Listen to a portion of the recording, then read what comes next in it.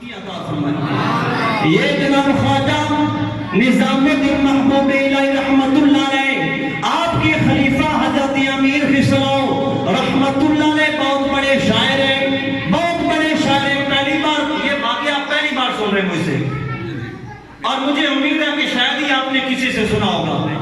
تو آپ نے پھر داد اس کی گد کی دینی ہے، کیونکہ نیا واقعہ آپ کو سنا رہا ہوں، نئی گفتگو سنی، پھر داد کا حق تو بنتا ہے نا. اچھا پتہ نہیں بعد میں آپ داد دیں گے یا نہیں پہلے دے دیں. حضرت امیر خسرو رحمت اللہ علیہ آپ جناب شاعر کلام لکھتے ہیں، کلام لکھ کے جاتے ہیں، اپنے جناب شیخ کی بارگاہ میں قوالی ہوتی ہے، وہاں جا کر کلام سناتے ہیں. جب کلام سنایا پوچھا حضور میں نے کلام کیسا پڑھا، کلام کیسا لکھا. آپ حضرت خواجہ نظام الدین فرمانے لگے اے امیر خسرو کلام بڑا اچھا ہے، پر ساتھی کے کلام کی برابری نہیں کر سکتا. جب بھی کلام لکھے رہ جاتے کلام سناتے، آپ پوچھے بابا جی حضور کلام کیسا رہا، فرمایا کلام تو اچھا ہے پر جناب شیخ ساتھی کے کلام کی جناب مرتبے کو نہیں پہنچا. ایک دن پوچھا دامن تھام کے حضور میرے کلام میں ساتھی کے کلام میں کیا وجہ ہے. آپ نے فرمایا آج تمہیں وجہ بتا دو. وجہ بتا دیجئے. فرمایا پھر وجہ بتانے لگا. اپنے کندھے سے چادر اتاری، اپنے چہتے مرید جناب خواجہ اور حضرت امیر خسرو کے سر پر رکھی. جب چادر سر پہ رکھی گئی سارے حجابات اٹھ گئے، بیٹھے دلی میں آنکھوں کے سامنے مدینہ آ گیا. مدینہ نہیں بلکہ اگلی بات کیا ہوئی، جب چادر سر پہ پڑی آنکھوں کے سامنے مدینہ بھی آ گیا، مدینے والا بھی آ گیا. جب مدینے والا سامنے تشریف فرمائے، جب محفل سجی ہے کچہری لگی ہے، ایک بندہ آیا وجی شکل والا، جناب پیاری شکل والا بزرگ آ گیا. وہ قریب آئے، جب قریب آ گئے میرے آقا نے فرمایا ساتھی، فرمایا جی سیدی وہ جو کلام لکھا ہے اب کیجیے کا لکھا ہے. فرمایا آج ہمیں محبت کے ساتھ ہماری نعت سنا گیا. شیخ سادی کہتے ہیں کیا کہتے ہیں، آپ سب کو یہ کلام آتا مل کے پڑھیں گے. بالا اولا بے بالا اولا بے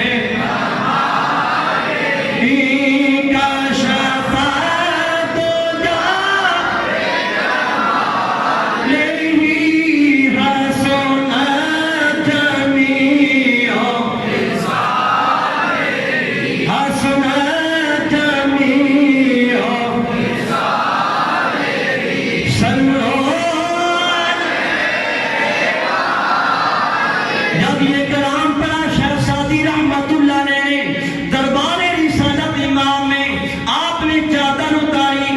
پھر وہی دلی میں وہ سارا منظر. پھر وقت گزرا، ایک دن امیر خسرو راستے میں جا رہے ہیں، راستے میں ایک بزرگ آئے، آپ نے پہچانا تو پتہ چلا یہ حضرت خضر ہے. دامن تھام کے کہا اے خضر علیہ السلام مجھے بتائیے حضرت سعدی کے زبان میں اتنی تاثیر اور کمال کیوں رکھا گیا. آپ نے فرمایا وجہ یہ کہ جناب سعدی رحمت اللہ علیہ کلام لکھتے تھے، شعر لکھتے تھے. ایک دن میں نے اپنا تھوک اپنا لعاب شیخ سعدی کے منہ میں ڈالا، اس کے بعد ان کی تاثیر بڑھ گئی ہے. وہی اس تھوک کا کمال ہے، لعاب کا کمال ہے.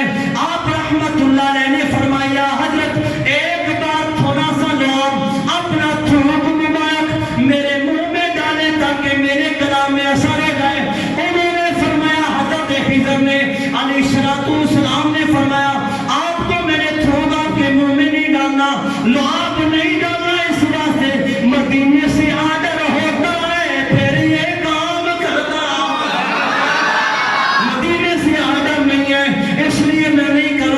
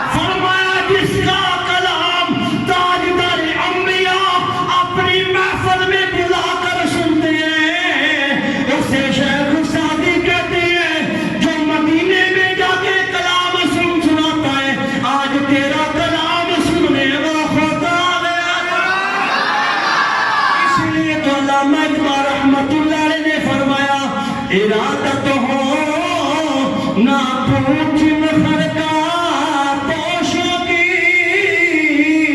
ارادت ہو تو دیکھ کو۔ علامہ اقبال آج ان کا یوم بھی ہے نا، علامہ اقبال واسطے انہوں نے سارے سواب واسطے بڑی سوال لگا۔